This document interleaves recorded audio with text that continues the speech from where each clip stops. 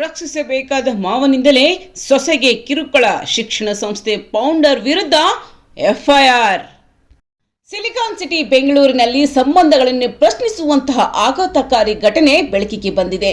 ಮನೆಯಲ್ಲಿ ರಕ್ಷಣೆ ನೀಡಬೇಕಾದ ಮಾವನೇ ಸೊಸೆಯ ಮೇಲೆ ಲೈಂಗಿಕ ಕಿರುಕುಳ ನೀಡಿರುವ ಗಂಭೀರ ಆರೋಪ ಕೇಳಿ ಬಂದಿದ್ದು, ಆರ್ಟಿ ನಗರ ಪೊಲೀಸ್ ಠಾಣೆಯಲ್ಲಿ ಪ್ರಕರಣ ದಾಖಲಾಗಿದೆ. ಬೆಂಗಳೂರಿನ ಆರ್ಟಿ ನಗರ್ ನಿವಾಸಿ ಅಬ್ದುಲ್ ಹಫೀಜ್ ವಿರುದ್ಧ ಅವರ ಸೊಸೆಯೇ ದೂರು ನೀಡಿದ್ದಾರೆ. ಖಾಸಗಿ ಶಿಕ್ಷಣ ಸಂಸ್ಥೆಯ ಫೌಂಡರ್ ಆಗಿರುವ ಹಫೀಜ್ ಸಮಾಜದಲ್ಲಿ ಗೌರವಾನ್ವಿತ ವ್ಯಕ್ತಿಯಾಗಿ ಗುರುತಿಸಿಕೊಂಡಿದ್ರು. ಮನೆಯಲ್ಲಿ ಅಸಭ್ಯವಾಗಿ ವರ್ತಿಸುತ್ತಿದ್ದಾನೆ ಎಂಬ ಆರೋಪ ಈಗ ಕೇಳಿ ಬಂದಿದೆ. ಸೊಸೆಯ ಸೌಂದರ್ಯದ ಕುರಿತು ಅಶ್ಲೀಲವಾಗಿ ಪತ್ರ ಬರೆಯುವುದು, ಆಕೆಯ ಮುಂದೆ ಓದುವುದು ಸೇರಿದಂತೆ ಅಸಭ್ಯ ನಡೆ ತೋರಿದ್ದಾನೆ ಎಂದು ದೂರಿನಲ್ಲಿ ಉಲ್ಲೇಖಿಸಲಾಗಿದೆ.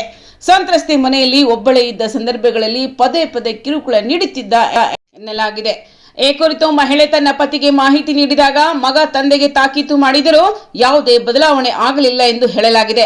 ಇತ್ತೀಚೆಗೆ ಲಿಫ್ಟ್ನಲ್ಲಿ ಸಂತ್ರಸ್ತೆ ಒಬ್ಬಳೇ ಸಿಕ್ಕಾಗ ಬಲವಂತವಾಗಿ ಅಸಭ್ಯವಾಗಿ ವರ್ತಿಸಿ ದೌರ್ಜನ್ಯಕ್ಕೆ ಯತ್ನಿಸಿದ್ದಾನೆ ಎಂಬ ಗಂಭೀರ ಆರೋಪವು ಕೇಳಿ ಬಂದಿದೆ. ಮಾವನ ಕಿರುಕುಳ ತಾಳಲಾರದೆ ಕೊನೆಗೂ ಮಹಿಳೆ ಪೊಲೀಸ್ ಠಾಣೆ ಮೆಟ್ಟಿಲೇರಿದ್ದಾಳೆ.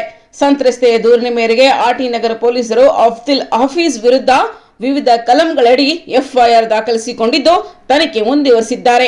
ಆರೋಪಿಯ ಬಂಧನಕ್ಕೆ ಪೊಲೀಸರು ಬಲೆ ಬೀಸಿದ್ದಾರೆ. ಶಿಕ್ಷಣ ಸಂಸ್ಥೆ ನಡೆಸುತ್ತಿರುವ ವ್ಯಕ್ತಿಯ ಮೇಲೆಯೇ ಇಂತಹ ಆರೋಪ ಕೇಳಿ ಬಂದಿರುವುದು ಈಗ ಸಾರ್ವಜನಿಕ ವಲಯದಲ್ಲಿ ಭಾರಿ ಚರ್ಚೆಗೆ ಕಾರಣವಾಗಿದೆ.